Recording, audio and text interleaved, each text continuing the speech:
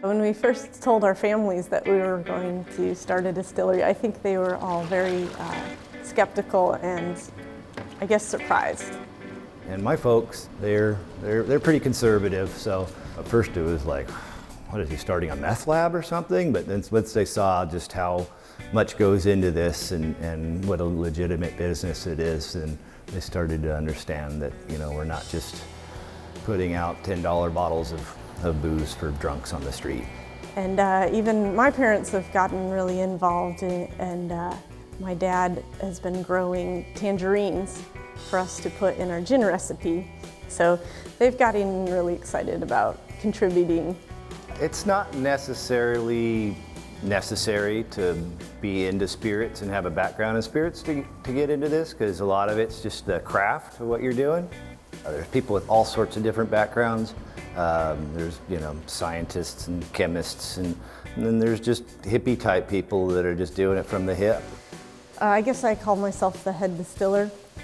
Sean will cook up a mash and set it to fermenting, and then we'll do the first distillation run, and I'll do the second distillation run and make the cuts for flavor, and then I'll pass it off to him for barreling.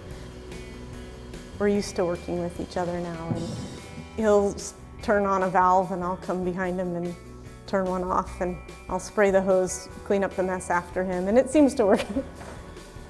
Working with Heather's great. She can pick things up like so much faster than me. I'm more common sense, keep the boilers running and the doors shutting and transferring and figuring out what's going on with the pump and this and that. And Heather's just like, she knows what we need to be doing and when we need to be doing it, and she's just poured herself into it, and like the stack of books at home is amazing. But working with your wife has its challenges as far as we go home and we talk about what we're going to do and what we've done today and where the future is, kind of more than we'd like to, honestly. We talk about it when we drink our coffee in the morning, and we talk about it when we're going to bed at night. And sometimes it's fun, but sometimes it can be too much. And we're like, can we just not talk about this anymore tonight? Having a distillery in Haines, which is a rural, you know, kind of isolated community in Southeast Alaska, you know, is totally challenging. But also, Haines is why we did this.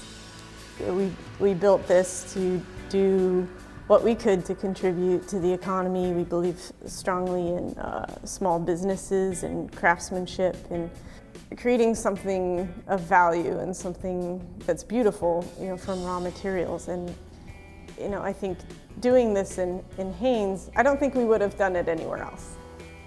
The micro distilling business is pretty new, and yeah, you would wonder, is it just this passing thing? But this is not a fad. We feel good about the future of the business here. For a new business, we're doing great. We're putting it back into barrels, a lot of it, and that's hard at the end of the day to say, oh, we're gonna go on vacation, or we're gonna put more whiskey in barrels so that we can cash it in a couple of years. But this is gonna work.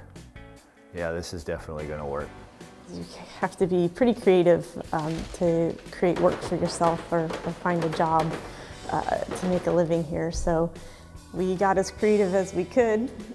I tend to be very optimistic, but when we were building the business, I definitely woke up in the middle of the night on several occasions wondering what I was doing, would this really work? Could I even pull it off, and what will it be like? And yeah, I'm afraid of failure and embarrassment and all those feelings that come with doing something so big for here, I suppose, and so much in the public eye.